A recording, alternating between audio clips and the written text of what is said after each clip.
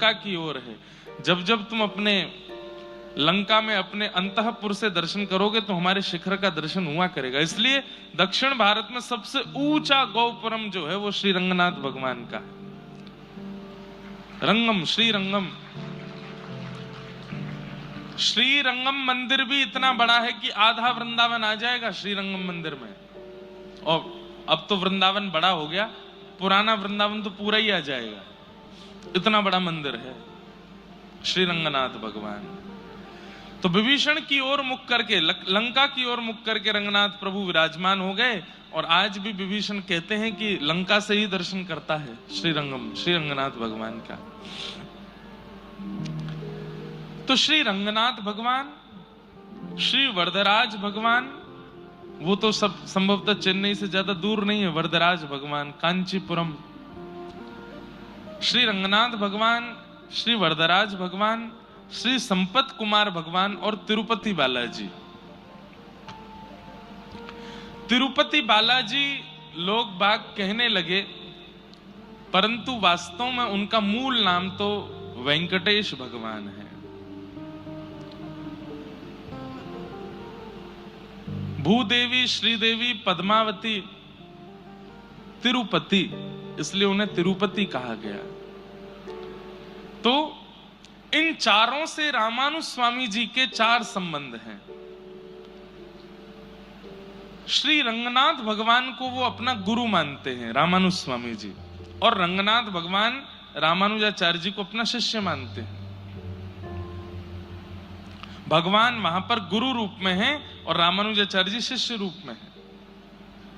कांचीपुरम वरदराज भगवान, इनके प्रति रामानुजाचार्य जी का पिता का भाव है। वहां भगवान पिता हैं और रामानुजाचार्य जी पुत्र हैं। एक ही ठाकुर जी हैं लेकिन अलग अलग विधा में हैं। बेंगलोर के पास में संपत कुमार भगवान हैं, उनके प्रति रामानुजाचार्य जी का पुत्र का भाव है। ठाकुर जी वहां पुत्र हैं, रामानुजाचार्य जी वहां पिता हैं।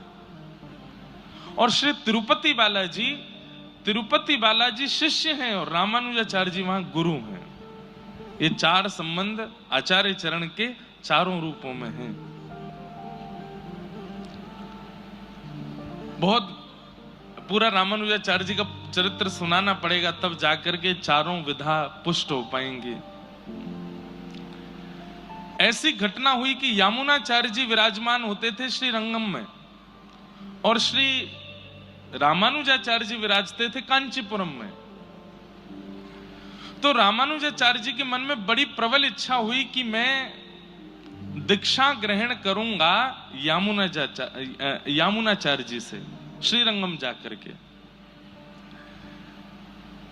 रामानुजाचार्य जी पूरी तैयारी कर चुके हैं कि मैं श्रीरंगम जाऊंगा, यामुनाचार्य जी से दीक्षा लूंगा। लेकिन ठाकुर जी को चिंता हो गई। ठाकुर जी मन में विचार किए, अगर रामानुजाचार्य और यामुनाचार्य ये दोनों मिल गए तो दोनों मिलकर के ऐसी भक्ति की पताका फहराएंगे कि कलयुग को इसी वक्त विश्राम होना पड़ेगा।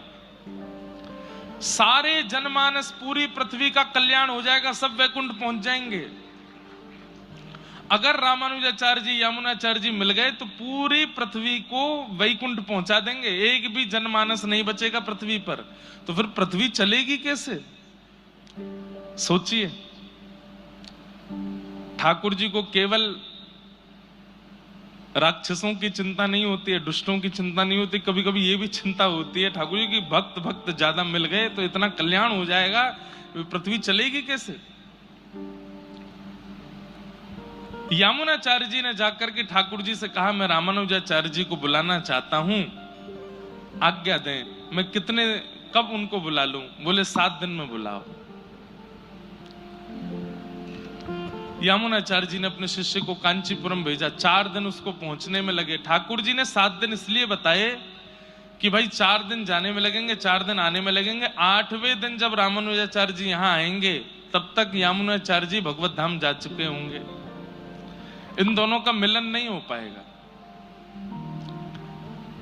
यामुनाचार्य जी ने अपने किसी शिष्य को भेजा, जाओ रामानुजाचार्य जी को लेके आओ कांचीपुरम से। तो पहुंचने में तो 4 दिन लगे, लेकिन रामानुजाचार्य जी इतने उत्सुक थे यामुनाचार्य जी से मिलने के लिए कि लौट के आने में उन्होंने 3 ही दिन लगाए, 4 दिन नहीं लगाए। तो ठाकुर जी इतने घबरा गए, बोले ये दोनों मिले ही जाएंगे। 7वां दिन का अंतिम क्षण चल रहा था और उसी समय रामानुजाचार्य जी श्रीरंगम पहुंच गए। और जैसे ही पहुंचे हैं, अंतिम क्षण विश्राम होते ही 8वां दिन प्रारंभ हुआ और श्री यमुनाचार्य जी भगवत धाम प्रस्थान कर गए। दर्शन नहीं हो पाए रामानुजाचार्य जी।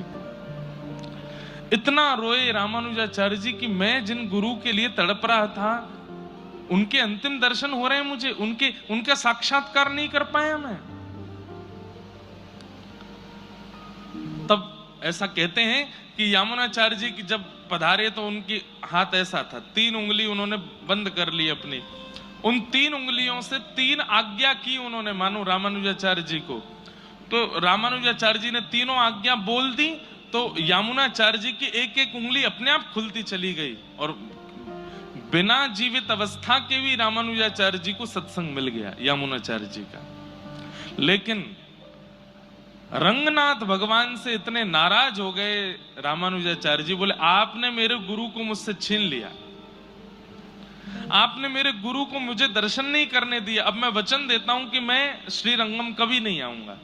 और ऐसा कहकर के रामानुजाचार्य जी वहां से चले गए। अभी तो प्रसंग में थोड़ा सुना रहा हूं, कभी अवसर मिले तो आप YouTube पर जयपुर की भक्तमाल कथा सुनना इस वर्ष की। उसमें रामानुजाचार्य जी, श्रीमद वल्लभाचार्य जी और श्री चैतन्य महाप्रभु, इन तीनों का चरित्र सुनाया यथामति जैसी गुरुदेव की आज्ञा। उसमें बहुत विस्तृत प्रसंग है इसका। रामानुजाचार्य जी चले गए। वर्षों बाद ठाकुर जी को इतनी याद आई रामानुजाचार्य जी की,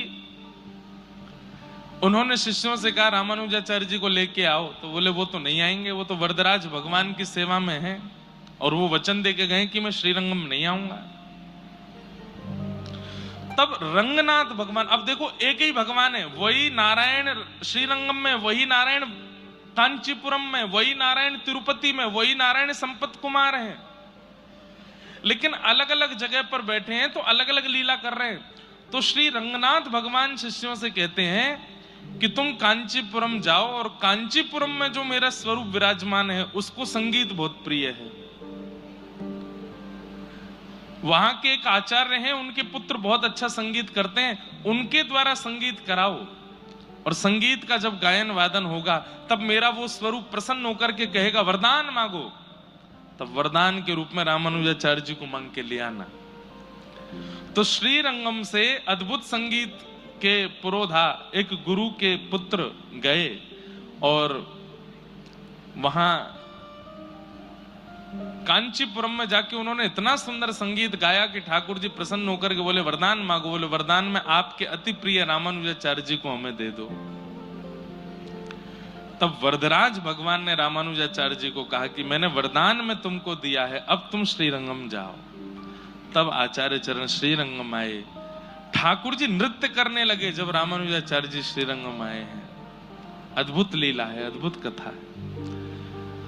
तो श्री रंगनाथ भगवान रामानुजाचार्य जी के गुरु हैं, वरदराज भगवान रामानुजाचार्य जी के पिता हैं, संपत कुमार भगवान रामानुजाचार्य जी के पुत्र हैं और तिरुपति बालाजी ये रामानुजाचार्य जी के शिष्य हैं। हमारे गुरु भाई हैं तिरुपति बालाजी। हम भी रामानुजी वैष्णव हैं, तो जब जाते हैं तो श्री तिरुपति बालाजी को प्रणाम करते कहते हैं गुरु भाई आप ठीक हैं, आनंद में हैं? क्यों? एक ही परंपरा है। तो ऐसा ये पूरा परंपरा और ऐसी ये पूरी पद्धति है, अद्भुत है। उसका अति विस्तार नहीं करूंगा, पर दक्षिण भारत के पास ये जो पृथ्वी के वैकुंठ हैं, आप लोगों को जाना चाहिए। हम तो बहुत दूर रहते हैं दक्षिण से, साल में एक बार आते हैं दर्शन करने के लिए, पर आप लोग यहीं रहते हो। आप लोगों के लिए तिरुपति बालाजी ही वृंदावन है, आप लोगों के लिए कांचीपुरम ही गोवर्धन है, आप लोगों के लिए पद्मनाभ स्वामी यही श्री यमुना जी हैं। ये संपूर्ण व्रजमंडल के रूप में ही आप यहाँ दिव्य देशों के दर्शन कर लिया करो। ये अद्भुत है। हम तो नहीं जा पाए, पर हमारी तरफ से कोई भी वेंकटेश भगवान को अगले 10 दिन 15 दिन के अंदर प्रणाम करे आना। और कह आना कि व्यास जी आए थे, उन्होंने कहा था, इसलिए उनकी तरफ से हम आपको प्रणाम करने के लिए आए हैं। बोलो लक्ष्मी वेंकटेश भगवान की।